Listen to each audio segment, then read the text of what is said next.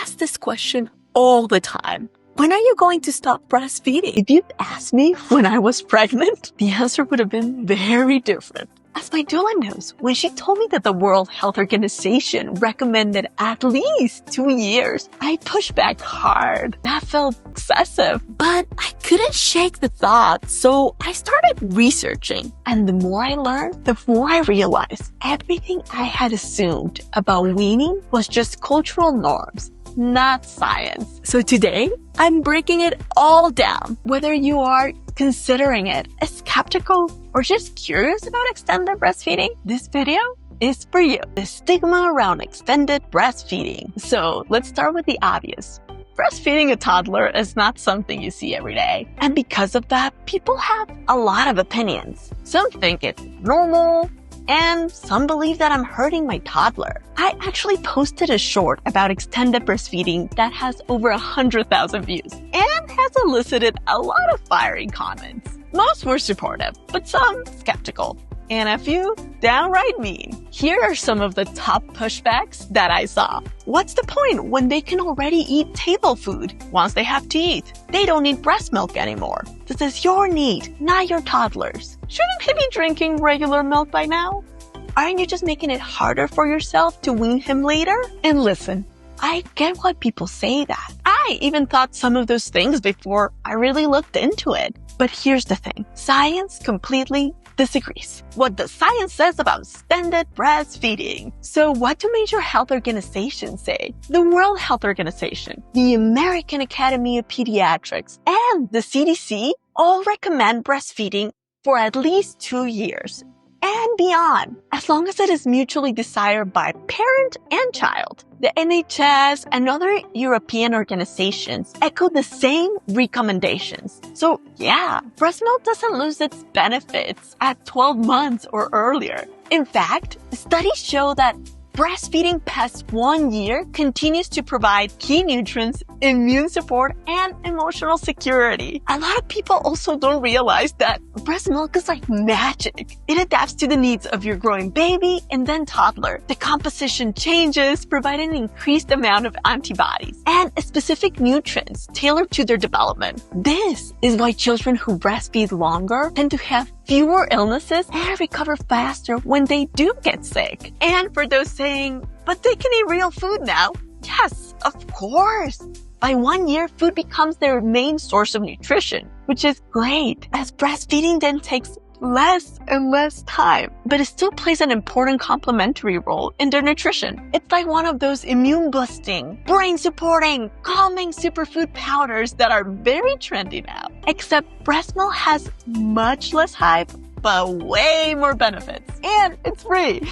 Benefits of breastfeeding. So let's break down the benefits of extended breastfeeding because they're huge for both kids and moms. Let's start with the pros for toddler. Immune system boost. As mentioned earlier, breast milk adapts to provide continued protection against illness. For instance, my son has been exposed to plenty of sick kids, yet he's only had 1 mild cold so far. I certainly believe the antibodies I pass to him via breast milk play a huge role in that. Comfort and emotional regulation. It's a powerful way to soothe during teething, illness, or even stress. When everything else fails, it's the one thing that can calm my toddler down. Brain development. Studies suggest extended breastfeeding supports cognitive function and neurological growth. Better digestion. Breast milk gets easier to digest than, say, formula or cow's milk, and can reduce digestive discomfort, increasing dependence later. A huge misconception is that extended breastfeeding makes children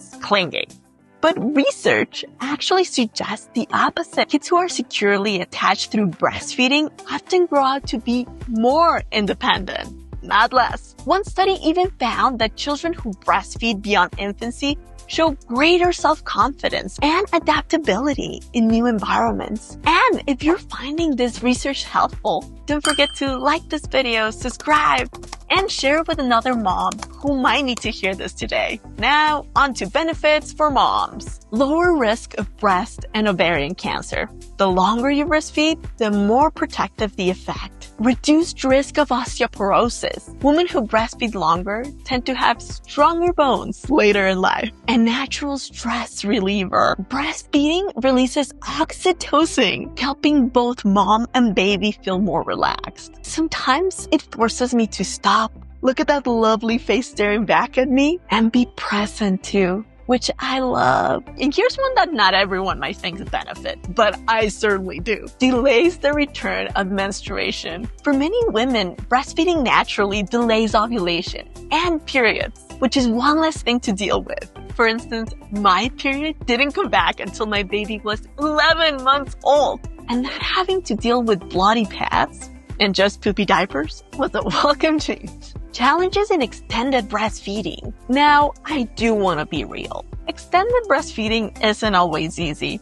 In fact, I am making this video because I needed a reminder of all the benefits. Last month it was feeling like a lot. For one, it can be very revealing, if you know what I mean. There was a phase where my son would pull down my shirt anytime, anywhere, leaving me totally exposed. That's gotten better since I started teaching him about boundaries. Just like I teach him about others respecting his body autonomy, he's learning to respect mine, little by little. So now he usually signs or asks for breastfeeding verbally instead of going for the grab. It can feel physically demanding. Even though I only breastfeed for, say, a total of 20 minutes a day, it's a lot of little short sessions throughout the day. Some days I feel touched out, and the judgment from others. Honestly, this doesn't bother me as much. I know it comes from cultural norms and a lack of awareness. That's the reason why I'm making this video. So if someone asks me with curiosity about extended breastfeeding,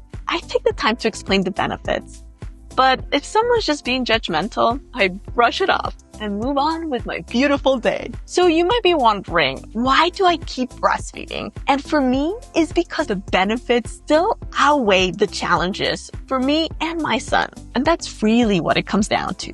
It has to feel right for the two involved, setting healthy boundaries in extended breastfeeding. A big misconception is that if you breastfeed past a year, you have to be all in all the time, like nursing on demand, co-sleeping, breastfeeding throughout the night. But that's not true. You can breastfeed long-term and still have boundaries. For example, my son has been sleeping through the night for the most part since he was 6 months old. If he wakes up, my husband comforts him. And if I go, I comfort him without nursing. So my son doesn't associate breastfeeding with sleep. And that was a boundary I intentionally set from the beginning because I wanted him to be able to fall asleep without that and for all of us to have a good quality of sleep. Another boundary, nursing in the car. When he has to breastfeed while strapped in the car, I explained to him that we're in a moving car and it's not safe. And now that he's a toddler, he doesn't get upset. He understands that it's a rule.